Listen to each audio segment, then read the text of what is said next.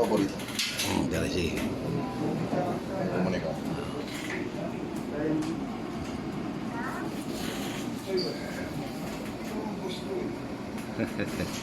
Tingnan mo kayo mga to give a statement, an update regarding the projects of the Secretary. We have invited a member of the press for us to be able to discuss with you pending programs, projects, and activities of the National Commission on Muslim Filipinos. With us are two officials designated by the Secretary to join the press con. Of course, at my left is the most energetic and most committed officials in the Commission, Commissioner Jocfer, and at the far left is our Director of Planning Service, Director Atty.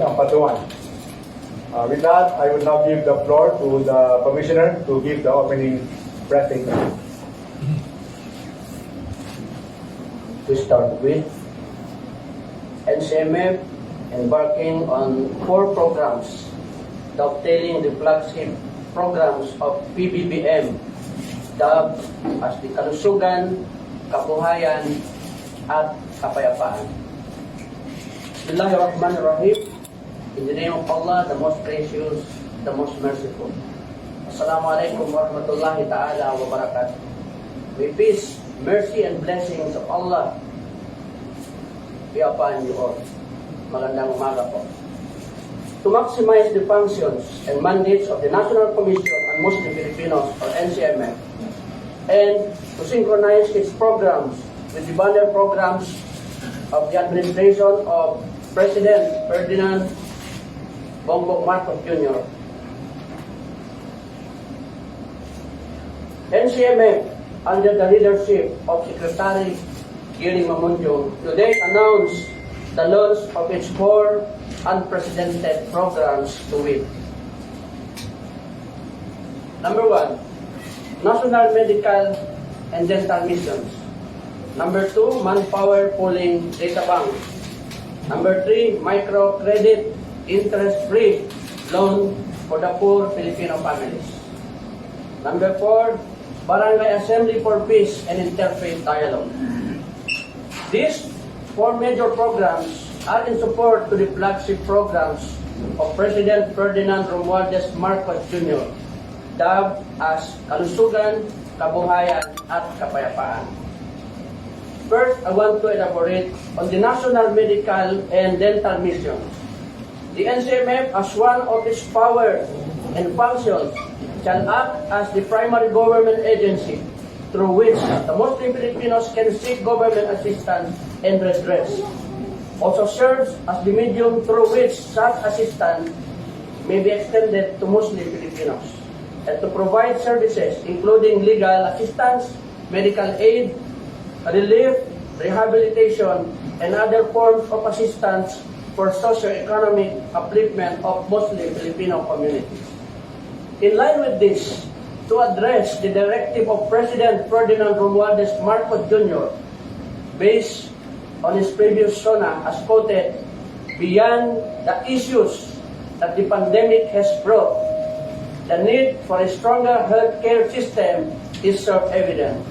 We must bring medical services to the people and not wait for them to come to our hospitals and healthcare centers. The National Commission on Muslim Filipinos, under the able leadership of Secretary Guiling Mamondiong, will initiate a national medical and dental mission that aims to provide medical and dental services such as health check-ups, examinations, distribution of medicines, issuances of this prescription for medicine, among others. Secondly, on the Manpower Pooling Data Bank, a system to be established by the Commission that will serve as a data bank where you can search for skilled workers and professionals for employment. The purpose of this program is to provide a platform for various companies here and abroad, which contains the list of skilled workers and professionals and their qualifications for hiring and employment. The Commission will also develop a mobile application or website where the companies or agencies locally and abroad can post for their job hiring. The applicants will be linked directly to the companies or agencies through these applications the Commission is developing. This will help to minimize the expenses of our applicants in finding a job.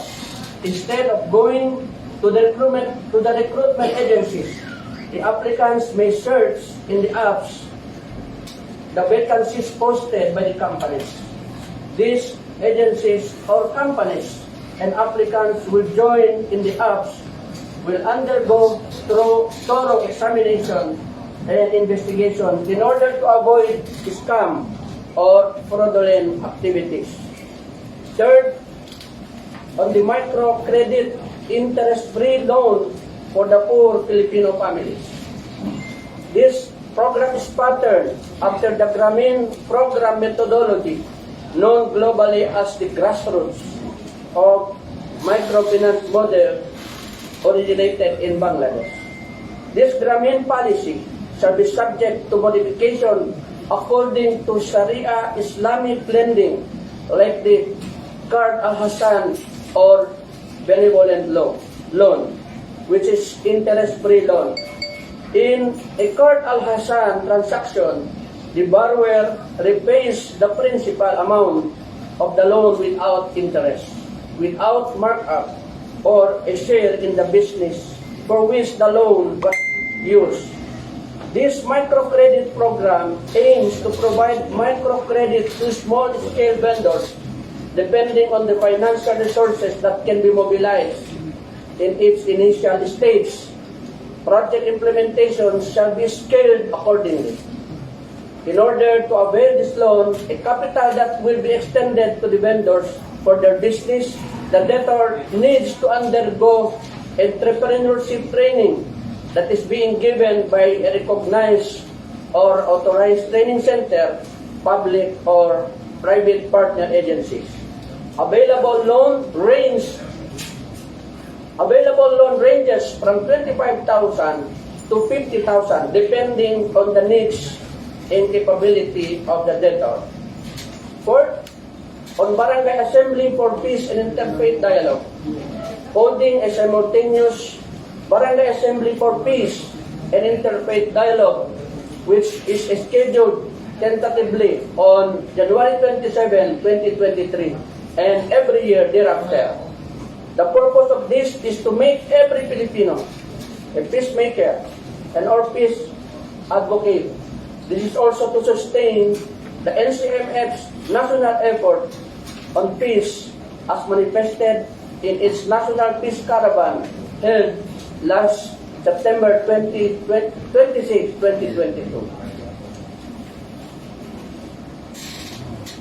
Yeah. Maraming salamat, Commissioner Mando. Now we go to the question and answer portion. Director Heidi Apatuan, Planning Service Director, will provide you the answers. Doon po sa mga katanungan ninyo, doon po sa 4 na programa ng komisyon na introduce ni Secretary Mamondiong. Now you have the floor po. Sir. Yes, sir. Suminta Cabinet 25. Opo. Ma'am Heidi, pwede ba paki-expound doon sa microcredit? Saan manggagaling yung pondo na gagamitin dito? Either Commando or Bldg can answer. Manggagaling po ang pondo sa inisyatiba ng komisyon, ang National Commission on Muslim Filipinos. How much is the initial funding if magmamaterialize? Ang initial target funding natin for this specific project is more or less 2 million pesos. Director Heidi, you want to respond?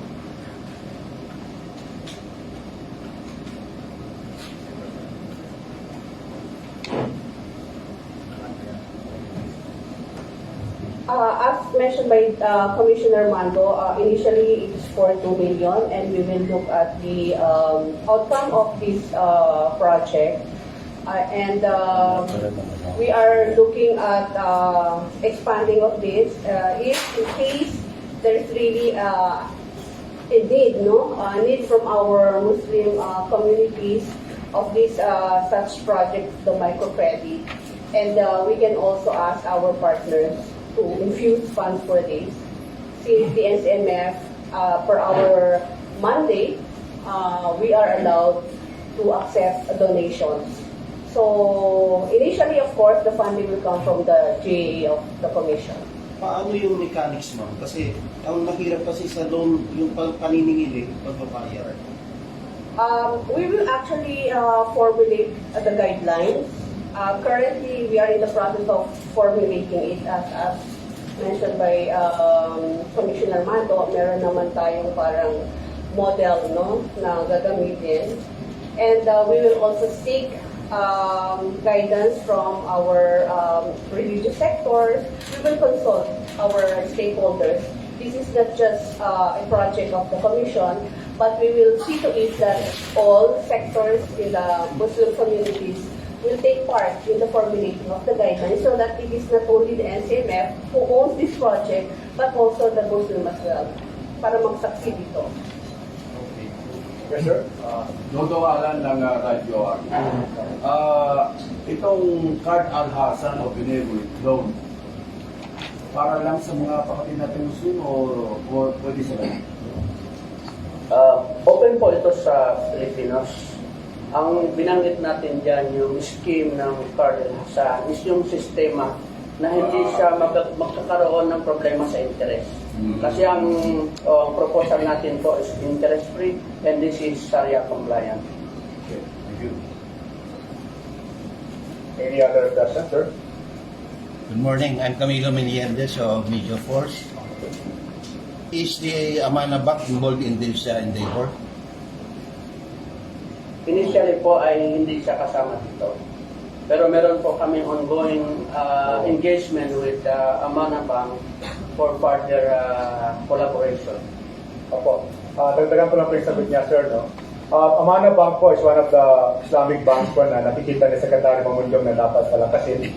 Dahil po, isa lang naman ang aming, ang aming hibla, NCMF and Amana Bank. No? Una, we signed a MOA with Amana Bank, trying to define the engagement of how we will pursue Islamic finance in the country. And second po, aralin natin, no, baka naman pwede natin ilagay doon yung mga savings ng ating mga Muslim Filipinos into business. Ang kinaganda po ng Islamic finance is wala pong interest. No? We pay services rendered, but interest-free po kami. No? Bawal po kasi sa Islam. Sa ating, call it riba. Riba. Any other question? Sorry, the point. Then proceed. Sir, yung medical mission nyo, kailan umpisan at saan lugar gaganapin po? Ano po siya? Yung aming medical mission, no? Ito po yung bako by December, plano po ng Secretary, no? We go on the ground. We launch different medical missions. Alam naman natin na karamihan sa mga Muslim Filipinos, no? Below the poverty line, no? And some of them really are the marginalized sector. So dapat po isa yun sa mga tangible output na magagawa natin, matulungan natin yung kanilang health needs, no? And then different regions, no? Ang gagawin natin. Sir? About the matter of about the matter of manpower pooling. Sabi niyo dito, manpower pooling para sa mga Africans, hiring dito para sa abroad. Para ba iwasan na magkaroon ng problem po yan? Kasi baka gamitin ang ibang unscrupulous group at kumuha, mag-collect. No? By the way, free mo ba ito? Itong manpower pooling nyo para makapag-hire sila kayo sa ako. Ang isa sa mga wisdom behind ng manpower pooling data bank ito is para maiwasan yung pagkakaroon ng mga fraudulent activities, lalo na kapag ang isang aplikante ay galing sa probinsya. Kadalasan, hindi na nga sila nakakuha ng trabaho. Sa hirap ng buhay, gumagastos ng malaki. Well, pwede naman through internet dito sa manpower pooling data bank. Is it free, no? Free po ito. Limited lang ba sa mga Muslim? Hindi po ito para sa Filipinos po ito. Inopen natin ang opportunity para lahat ay maka-access ng tamang trabaho sa tamang panahon na kailangan. Kasi kung tutuusin natin, ang programa po ni PBBM is iangat yung kabuhayan at pa-empower natin ang ating mga kababayan. So isa po ito sa mga inisyatiba ng ating komisyon para masuportahan yung programa ng ating mga Pangulong Ma. What kind of jobs? Lahat po ng available job na pwede sa isang company, makikipag-link po ang ating komisyon upang makakaroon ng data bank sa mga vacancies sa iba't ibang agency, be it private or in government agency. Ano po yun, sir? Just to give an idea, in one of his travels abroad, sa Middle East po, Secretary Mamondiong was able to connect with certain organizations in Saudi Arabia. I think parang ito, Wasasa, mga ganun po. And then, nabanggit po ng mga Arabo, kapatid natin ng mga Arabo, na they need some employment, their positions that they can be employed by the Filipinos. So ginawa po ni Secretary when he went back from Saudi Arabia, naisip niya na maybe we can take advantage of the opportunities. So gagawin po natin, though nakafocus siya sa Muslim Filipinos, but eventually po ang gagawin ni Secretary is pati po mga non-Muslims. No? Kumbaga, well, they're all Filipinos, so they all deserve to be employed and given opportunities. Sa ngayon po, we're trying to come up with the guidelines. It's free. We won't be able to collect anything. No? Second, dapat meron tayong safety nets. Dapat maalagaan natin na this should not be used for any unscrupulous objective. No? And finally, I think this should be done in coordination with other government agencies. Ano po tayo, sama-sama kami sa isa't ibang ahensya ng gobyerno, and then try to provide opportunities and employment for Muslim Filipinos and then non-Muslim Filipinos alike. Yan po. Dapat po, you should have close coordination with POEA. Precisely. Yes, sir. POEA, even the DFA, no? Lahat po. And then maybe other agencies po na ano tayo, no? Maybe even DOLE. If possible. Department of Migrant Workers as well. So all agencies involved on this will be coordinated. Of course, it will not be a work alone of the NCMF, but it is the initiative of the NCMF by trying to come up with employment specifically for our Muslim Filipinos so that we can help them provide employment, if not in the Philippines, but in other countries. Wala pa tayong yung manpower pooling dito ba? Wala pa tayong site dito sa internet. On the process po siya. Gagawa pa po siya ng application. We will be open to the public. Yeah, siguro pa, by December ang target natin, sir. No? We hope to be operational by December po, Part B. Kasi po, ang target date time talaga is full operationalization by 2023. Yung target lang po. At lahat po ng programa ang pinupost natin ngayon ay will be fully operationalized by the first quarter of 2023. Any other questions from the kapatid ng Bldg? Good morning, Zian Ambrosio from ABS-CBN. Yes, ma'am. Opo. Hi, sir. Hi, hello. Sir, remove my mask na lang, sir. First of all, sir, the microcredit, regarding the microcredit, you're drafting pa lang the guidelines, sir, no? So, yes, when do you target to start this one, sir? That's my first question. Ang target implementation time natin is first quarter of 2023 po. You mentioned about the 2 million. Do you need to increase the budget po? Like, ano po ang target niyo yung budget for that? And, sorry, sabay ko na yung last question ko. Is it purely for the indigent or lahat naman, open to sa lahat? Initially, that's the budget available. No, that's the 2 million. That is the working budget. Yeah, this is actually for our indigent Muslim Filipinos because we target to empower them, no, to provide them economic opportunity for them to become self-reliant on their own. Kasi yung mga other sectors naman, they can provide their own sustenance, but we really target the less fortunate, the indigent individual. So the working budget is 2 million, and in the event that it really, yung mas marami pa ang mga kailangan, mas marami pa kaming matutulungan, then there's a possibility that we can expand the budget. Any other questions from the... Yes, sir. Lately kasi, marami tayong mga kapatid na Muslim na naging biktima ng typhoon, ano? Correct po. Tama po yan. Marami ang nawalan ng bahay, marami ang kanilang mga agriculture products na nasira. Ang commission ba ay gumagawa ng paraan para makasik ng donation sa mga Muslim countries sa ngayon? Halimbawa, Saudi Arabia, no? At iba pang mga countries na gustong tumulong sa atin. Okay. Ang Muslim Filipinos po ay bahagi ng mga nag-ambag ng relief operation. Even our commission gave cash assistance to the victims in Cotabato, specifically doon sa most affected areas sa Barangay Kusyong.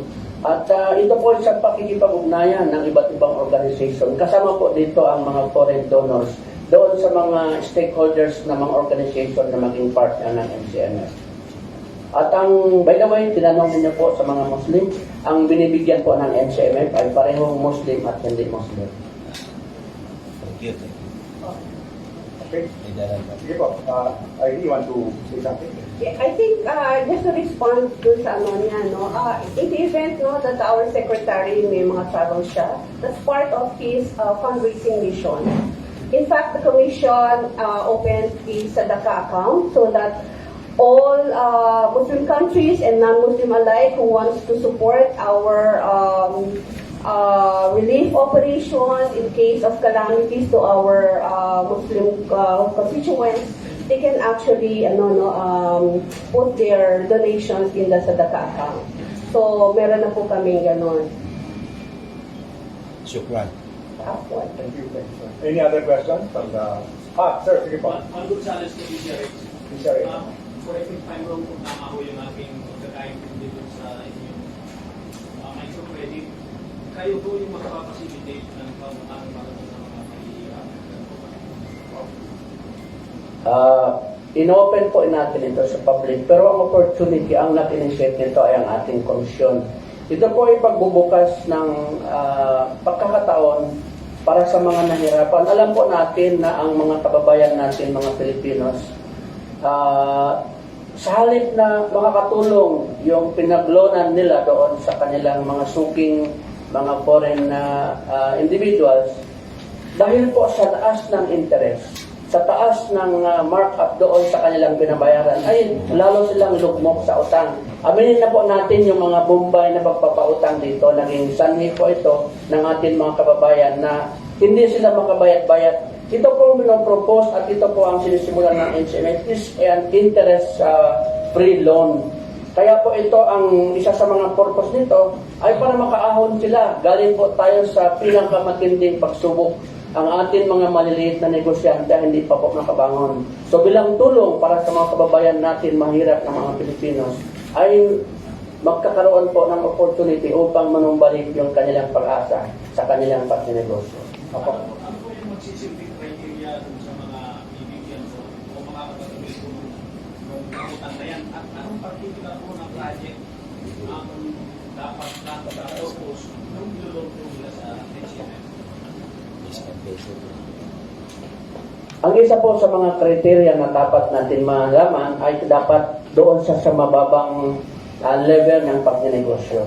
Yung nakulangan sila ng puhunan, yung nawalan ng pagsisimula, isa po doon yung may existing siya business na may legitimate activities.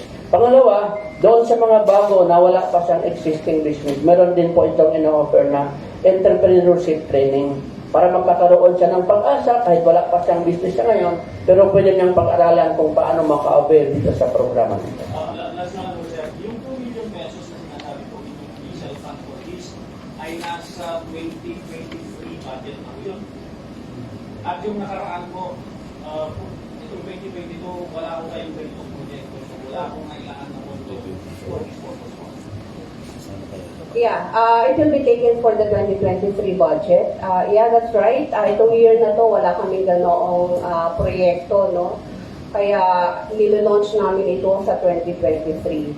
At meron po kami mga 11 regions. Hindi po ito nag-ooperate sa central office lang. So our 11 regional offices will be mobilized to determine which communities in need of this microcredit, and we will actually come up with the guidelines that will serve as kumbaga ito yung dapat silang sundin.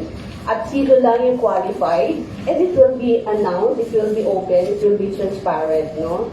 So we'll inform you maybe another press release on the launching of all these flagship project of the secretary. But for the meantime, as I've said, meron po kaming mga 11 regional offices, and they know where the Muslim communities are located. It's just a matter of determining who are qualified and the clear guidelines for the implementation. Any other questions?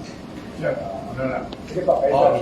On Barangay Assembly for Peace, again, perfect dialogue na itatap din nyo iba't ibang mga barangay para mag-usap sa taong bayan, kanilang nakasabukan. Harap po ba ito ng ng Secretary na for Barangay, si Secretary Musina. Ang NCMF po ay kapamilya ng BILG. Automatically, kapag bababa tayo sa barangay, kasama natin yung Undersecretary for Barangay Affairs ng BILG. Alam na po ni May ongoing collaboration tayo with DIT. Pero itong programang i-launch natin sa first quarter pa ito ng 2023, magkakaroon po tayo ng collaboration kay Undersecretary. Sir, nabanggit niyo po yung DOL and TESDA kanina. Possible ba na makipag-collaborate ang commission sa ibang agency tulad ng DOST, DTI na tumutulong sa mga MSMEs ng kapatid na Muslim? Yes, sir. Opo, we will do that. We will coordinate with all existing government agencies that handle economic programs for the government. Tama po yun. Yes, earlier po pagdating sa university, with regards to your national medical investment, by the way, congratulations po sa lahat po ng programa po yung launch po ngayon. And I hope lahat po sana ito is mag-materialize po this year. Ang tanong ko lang po is, open po ba kayo sa, like for example, mga clubs, like Rotary clubs, tie up with your medical mission? And gaano po ito kadalas? Actually, ito pong medical and dental mission that will be tentatively conducted this December. It is not only the NCMF, as I said po, we are tapping also DOH, Red Cross, and even other private sector who can help us provide medicines, other services. We are already, in fact, we welcome them po so that we can provide more services to our Muslim constituents. Gaano kadalas po? Ang aming pong medical and dental mission, in fact, as I've said, meron po kaming 11 regions, and each region meron po kaming medical officer, meron po kaming mga nurses doon. So, ang pag-conduct po ng aming medical mission ay hindi po yan regular because of the budget constraints. It's not part of the budget of the commission, but because of our 11 medical officers has their connections or established collaboration with the local governments. From time to time, meron pong nakakonduct. But this is the first time that we'll be launching a nationwide medical and dental mission. And hopefully this will, be a regular activity of the commission in the succeeding years. If ever po, meron po kaming calendar request from Rotary. Are you open to that? Like for example, wala po sa schedule po nyo, but we have a schedule for a medical mission. Open po ba kayo sa gano'n? Opo. Actually, lahat po ng pwede pong tumulong sa commission, sa mga Muslim communities, we welcome them po. And thank you, ma'am, for offering that opportunity. Maraming salamat. Opo. Any other questions from the board? Sure, last na lang. Ang DTI, meron silang SB4. Meron silang SB4. Project yan nila para pautangin na wala nang interest na katulad sa inyo. Pakalaki ng pondo. Patunayan, hindi natap, hindi naubos ng kalipas na taon. Last year. Ngayon, nandyan kaya. I suggest na makipag-coordinate kayo para mahina mo, makatulong kayo para maipahatid sa mga kapatid natin sundalo na.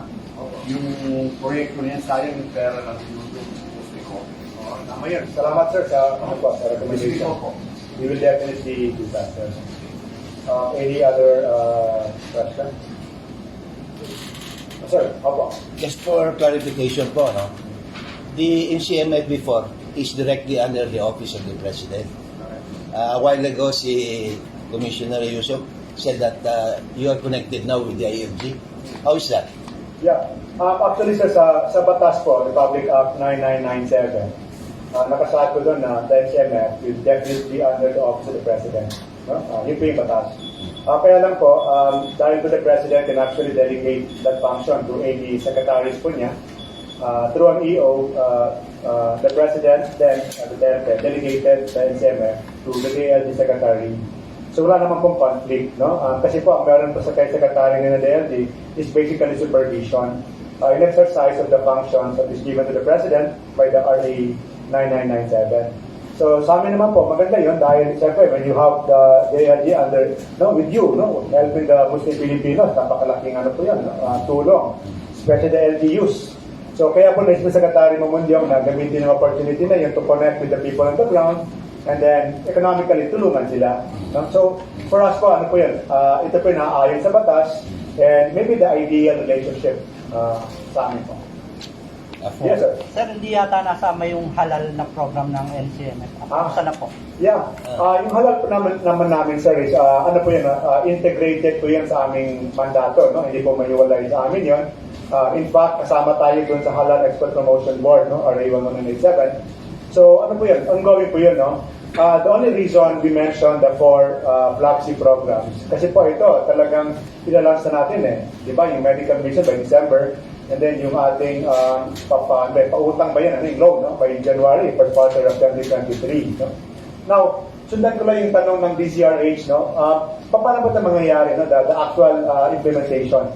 The NCMF may be one of the agencies na magbibigay mismo ng pondo. Bawat 25,000 o 30,000, depende po, no? And then, ang maniningil po, may mga tao tayo sa regions, and then depende po, no? Kung weekly ba yun or monthly na magbabayad sila, no? And would you believe, sir, no? Yung mga tao po na pinapautang natin, yung talagang naghahanap buhay, yung po yung nagbabayad talaga on time, no? Kasi po yung opportunities there, no? Now, again, ano lang po ito? Sa simula lang po ito, initially, kasi hindi naman pwede na mag-upisa ka pala kung laki ka 50 million. Sabi nga, DTI, di ba, kanilang absorptive capacity, hindi nila na-deliver Tayo naman po, from 50 million, maybe 2 million, kaya lang, with the end focus na by 3 years siguro, 3 to 5 years, dapat malaki na yan, no? Yan po ang ating may tutulong sa aming mga Muslim Filipinos. And of course, ating Secretary, hindi lang sa Muslim, no? Baka naman kayo pupunta sa amin ng mga non-Muslim, tutulungan din po natin, no? Because the Commission is basically created to serve the enlightened Filipinos in the country, focusing on Muslim Filipinos.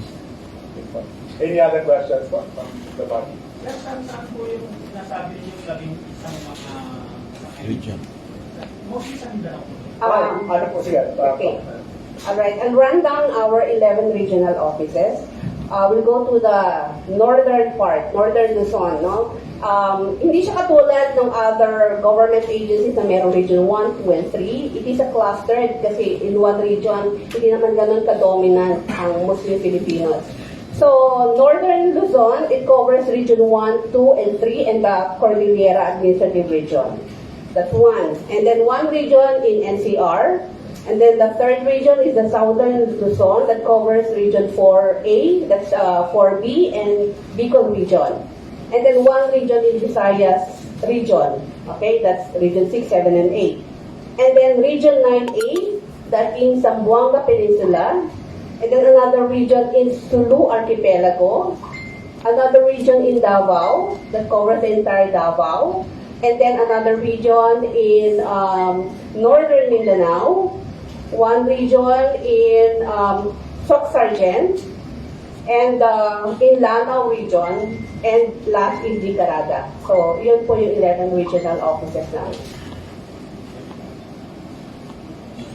Any other question from the press? So, kung wala na po, no? Sir, maybe a closing. Sige po, sir, sorry. Sir, regarding doon sa microfinance credit, I'm sure dapat sa inyo ito walang buko, no? Magkano po yung minimum to maximum amount na pwede nyo kami? Sige. There is no final amount yet because guidelines should be finalized, and we do not want this project for economic activity for our Muslims to become a problem. No, we will provide you all the details of this, but currently we cannot say 5,000, 10,000.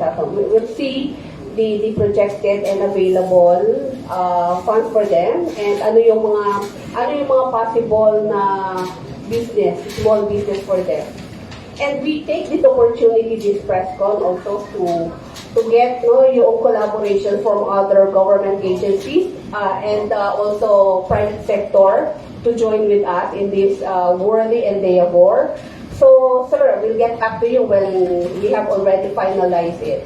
Okay? Last one, ma'am. Regarding those relief operations, sabi niyo mayroong mga donors, tumulong, no? Meron ba kayo data names ng Muslim country or corporate, NGO, or private individual na mayaman na? Actually, meron pong merong isang nag-donate na Pakistani. We do not want to name names because that's for them, it's really yung pagtulong, it doesn't need any announcement. So one Pakistan, it actually donated 150 sacks, that's 50 kilos of rice, and it was actually donated to, it was given to the victims of Paeg in Parang. And we also, of course, the agency came up with the funds, around 1 million. Kasi maliit lang po talaga yung pondo namin, no? Hinati-hati lang po namin yun, but majority of the donation was given to Ground Zero in Osho. And others naman po in Zamboanga, and also doon po sa part ng Maguindanao. So mostly po doon sa talagang Maguindanao areas. So yun po. And then kalulot lang din po namin ng aming Sadaka account. We do not want to get funding from kung saan-saan lang. So we came up with an official account, that's Sadaka account, so that yung mga Muslim philanthropists natin and other donors, they can actually put the funds, the donations in that specific account ng Sadaka. Commissioner Mando, you want to say? May tanong pa po. Kung wala na po tanong, kami po ay taos-pusong magpapasalamat sa inyong lahat, sa inyong pakikiisa at patuloy na sumusuporta sa ating komisyon. Bago po kami tuluyang magwakas at magpapaalam, nais ko pong mag-alay ng isang paalaala mula sa banal na Quran sa original na teksto nito sa wikang Arabiko. Inna Allaha la yugayyiru ma biqawmin hatta yugayyiru ma bi anfusihim. Indeed, Allah will not change the condition of a people until they change what is in themselves. Muli po, maraming salamat. Magandang tanghali sa inyo po. Wassalamualaikum warahmatullahi ta'ala wa barakatuh. Waalaikumsalam. May lunch po tayo, ha? I'll just check. Meron? Naka-ready na yung lunch? Wala. Assalamualaikum.